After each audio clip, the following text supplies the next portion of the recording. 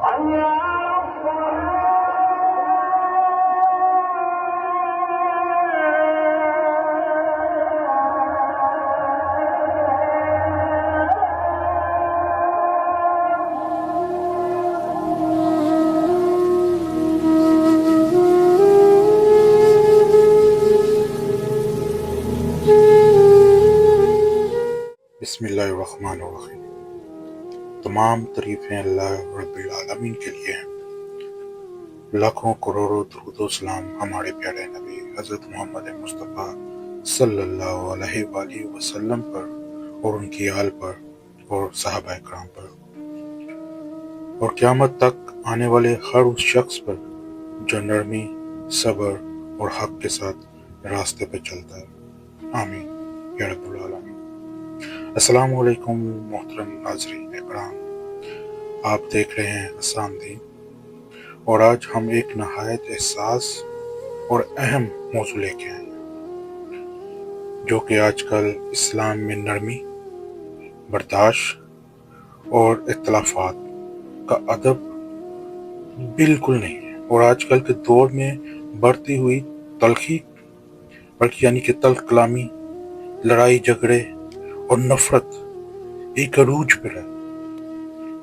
ये मौजू इसलिए ज़रूरी है क्योंकि आज हम खुद को दीनदार तो कहते हैं, लेकिन हमारा लहजा, हमारी ज़बान, हमारा रवैया ना तो कुरान जैसा है और ना नबी पाक सल्लल्लाहु अलैहि वसल्लम के बताए हुए रास्ते पे है।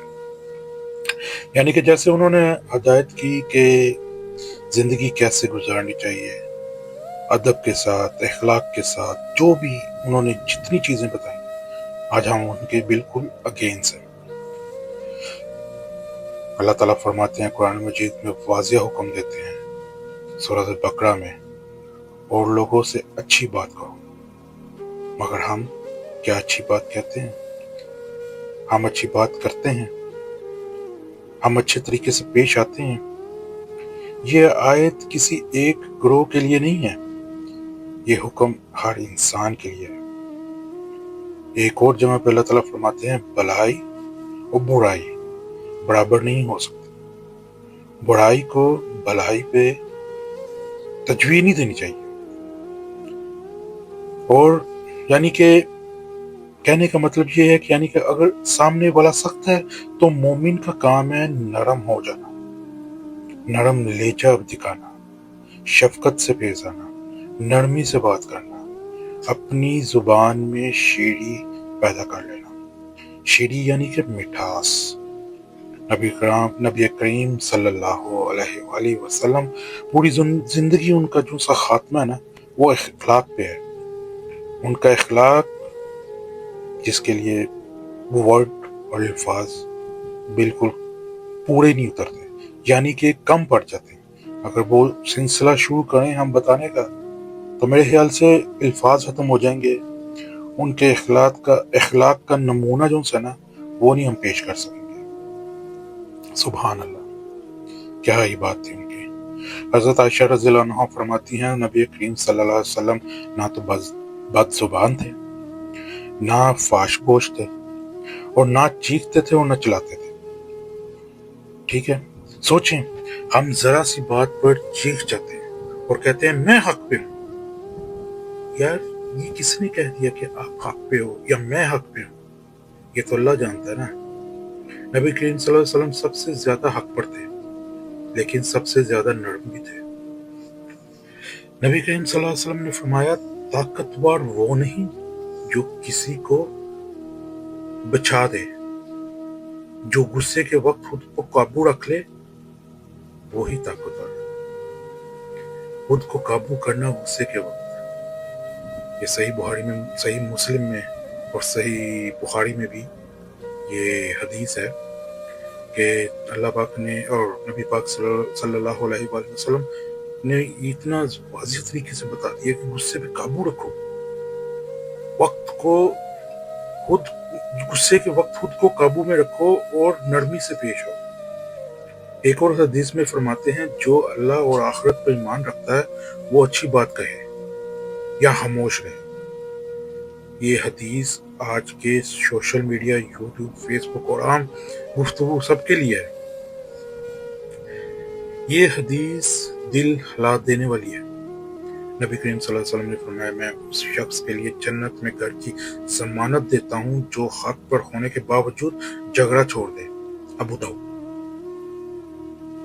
ذرا سوچیں، جنت کا وعدہ صرف زبان روکنے پہ، کیا بات۔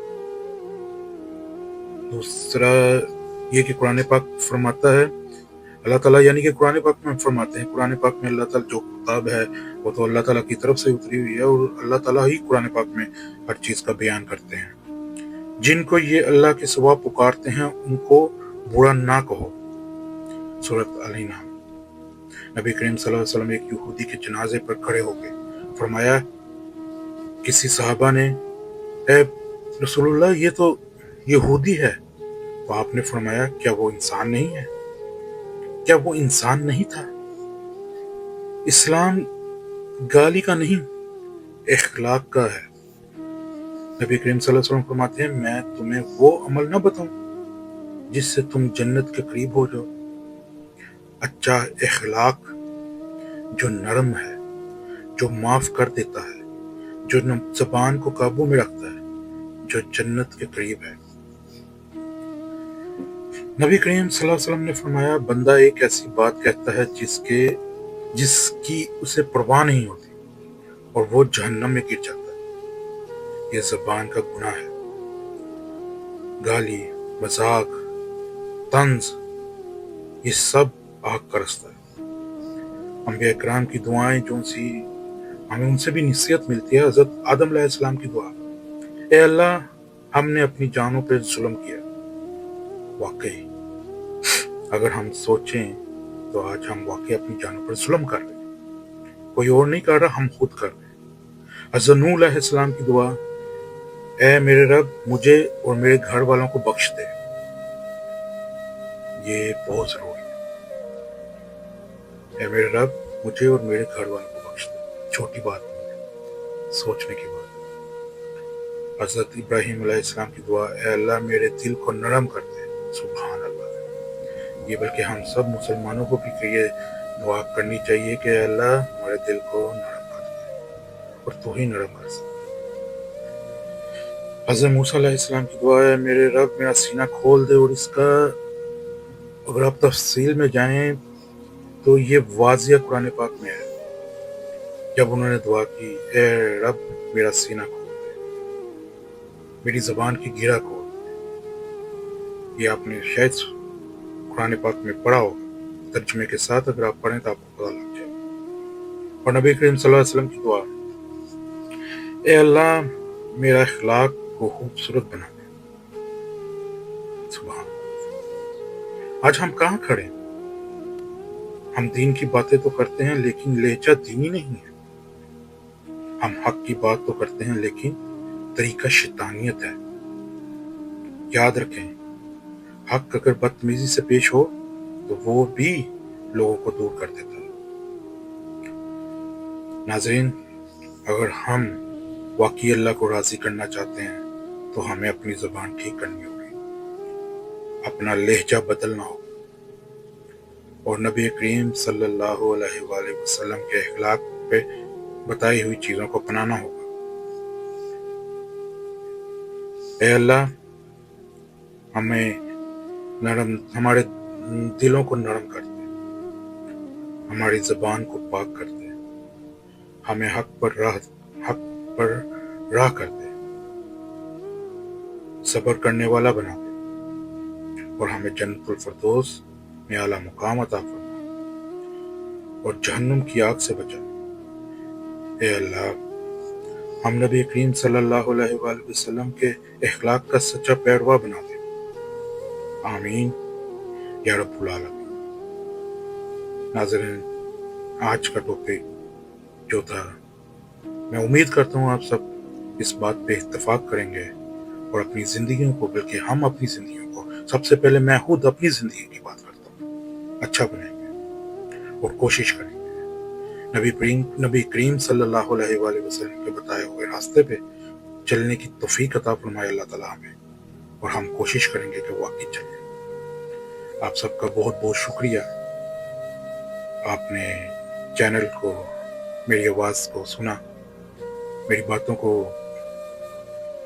आपको पहुंचाने के लिए मैंने जो मेहनत की, आपका ताउन का शुक्रिया। जाते हुए चैनल को सब्सक्राइब, लाइक और शेयर कर दीजिए। बहुत शुक्रिया। अल्लाह ताला आपको, आपका और मेरा हामी नासिर। जज़ाकल्लाह खैर। अस्सलाम।